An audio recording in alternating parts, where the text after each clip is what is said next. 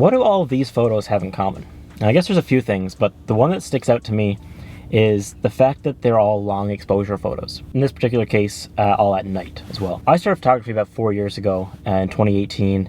Really started taking it a bit more seriously in 2019. That's where I really got my start, and I challenged myself to be able to post a photo every single day on Instagram at the time. And I guess the reason for that was just to make myself get out there and shoot a lot more. Obviously at the start of the year, when I started my challenge, because I started on January 1st of 2019, the days were pretty short. You know, it got dark before 5 o'clock in the evening. So I didn't have a whole lot of time to shoot during the day. You know, I had a couple days off during the week, usually on the weekends, but outside of that, I didn't have much time.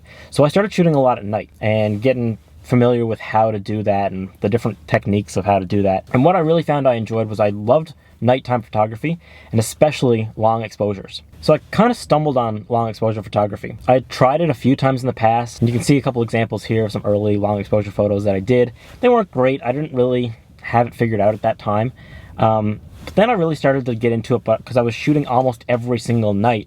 I was getting out and taking some long exposure photos. I realized they didn't all have to be light trails, right? I could change it up a little bit and shoot different types of photography. Generally, I'm pretty quick and I like to go run and gun. I don't like to do too much setup or think too much about what I'm shooting, but I really enjoyed the process of figuring out my long exposure photos. So it didn't take long before long exposure photography easily became my favorite type of photography. I was shooting it all the time. I loved the results, the kind of cool, like the cool tones that I would make with them when I would do my edits. Everything about it, I loved it. So I really had this love for long exposure photography, nighttime photography in general, but especially long exposures. So that's what I'm going to try to shoot here tonight. I'm going to try to get a couple long exposure photos. I'm not in a great spot for today because it's really cold. It's like -6 and we just had some snow the other day, so it's cold and it's windy. But I think I've got a good idea for a shot that I've tried a couple times before, but I've never really been able to nail it. So I'm going to try it again and maybe look around a couple different other spots, see what I can shoot, and see what we can come up with.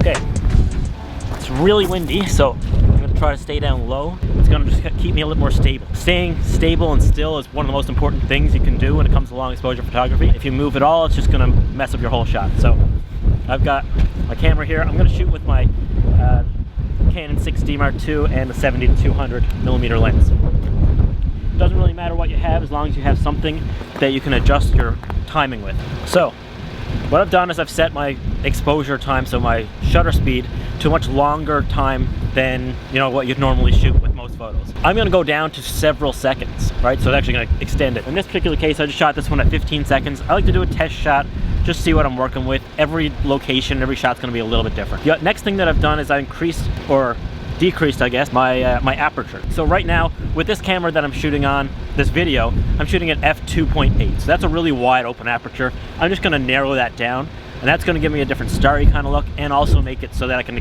keep my shutter open longer. I've got it stopped down to f8. I'm probably gonna go a lot further than that.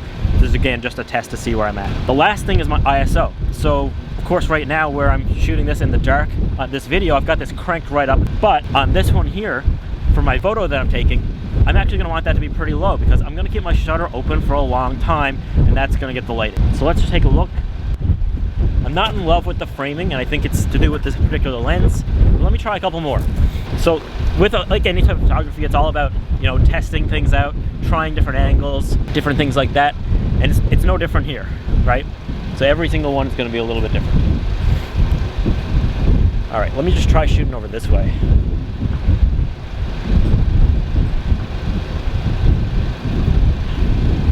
I actually kind of want to go vertical on this one. Where am I? Naturally, when I posted to Instagram all the time, I was shooting a lot in vertical. I've kind of gotten out of that practice as I haven't been posting to Instagram as much. But it's worth trying out because it does give you some different perspectives. So I'm going to try this one with the same settings as I had before. Let's go.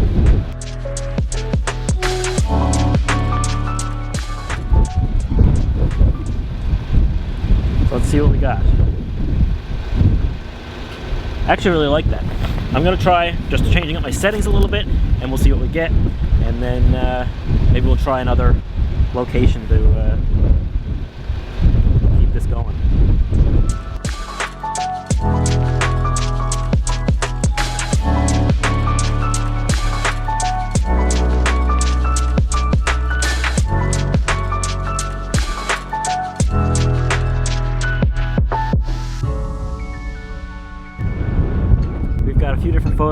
few different angles. Come on, focus, focus, focus. So a few different photos, a few different angles. I'm pretty happy with what we got.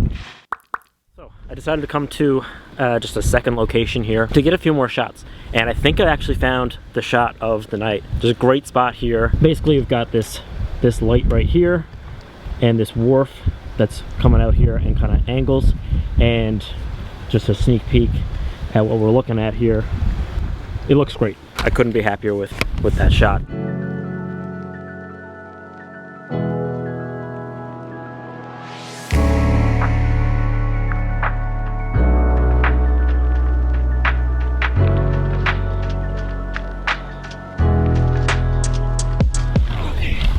Let's head home.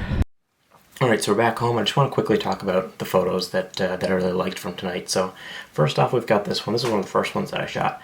I didn't think much of it in the framing when I first shot it, but I actually kind of like it. It really just focuses in on the whatever that is.